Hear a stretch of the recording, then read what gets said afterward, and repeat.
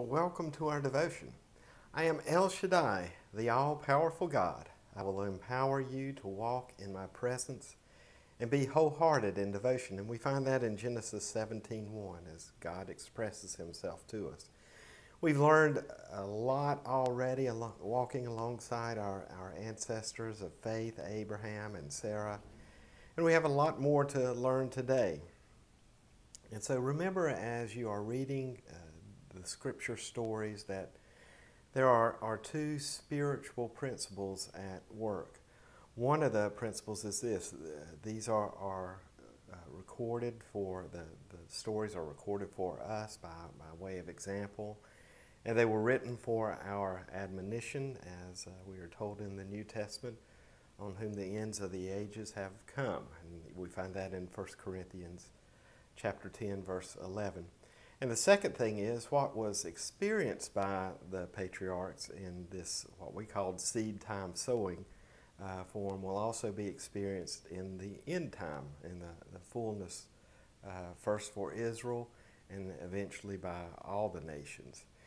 We are going in Genesis 15, we're going from a mountaintop to a valley of tears as we move forward. Chapter 15 was a high point in Abram's life. For the first time in his life, Abram actually spoke face to face with the Lord as a man speaks to a friend. And this was huge. This is huge stuff to watch this development of a relationship. And it was a preview of much greater things and much deeper conversations that are to come. In addition to upgrading the intimacy factor in chapter 15, the Lord also actually upped the ante on the already magnificent promises he was making.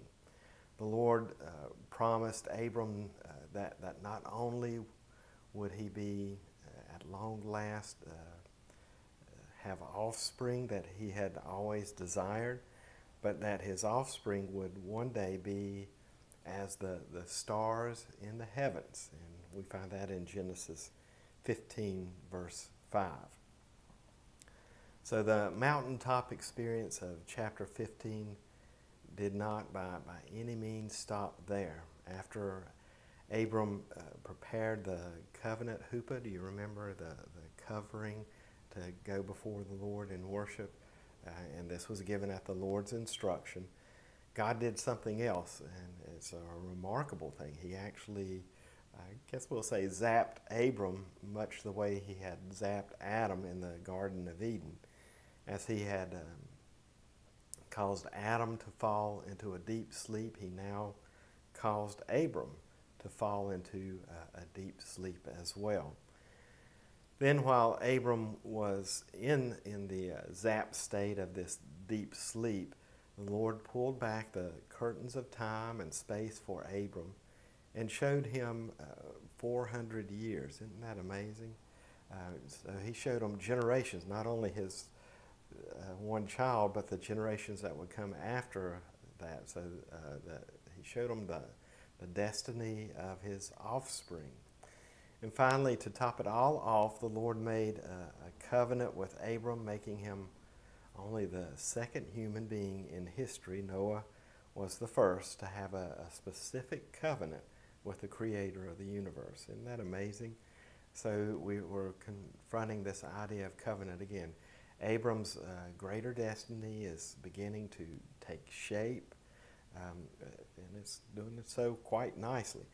Nothing, as we read this, nothing's going to stop Abram and Sarai now, right? But that's actually very wrong. After chapter 15, you see, comes chapter 16. And we find in chapter 16, it's like at the opposite end of the spectrum from chapter 15.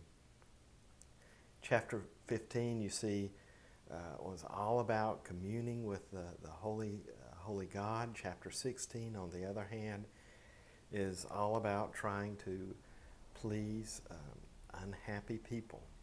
And we'll see that's not some great results there. Chapter 15 was about Abram's divine destiny and purpose. Then we find in chapter 16, as we move into it, on the other hand, is all about catfights between two quarreling women. And, well, much more than that, as we'll continue to discover. Chapter 15 was ecstasy. Chapter 16 was agony. But as we'll see, chapter 16 is where the Lord gives Abram what he asked for as a down payment when he was negotiating with the terms of the covenant. A son of his own flesh was what he was after. And we'll research that. We'll discuss that in the coming days here. But I wanted to refresh our minds as we move into this next section of Abraham's life, and 16, and we start a little bit today with chapter 17. But we'll get back to that. I hope you have a great week, and I pray God's blessings, His peace be with you. Bye now.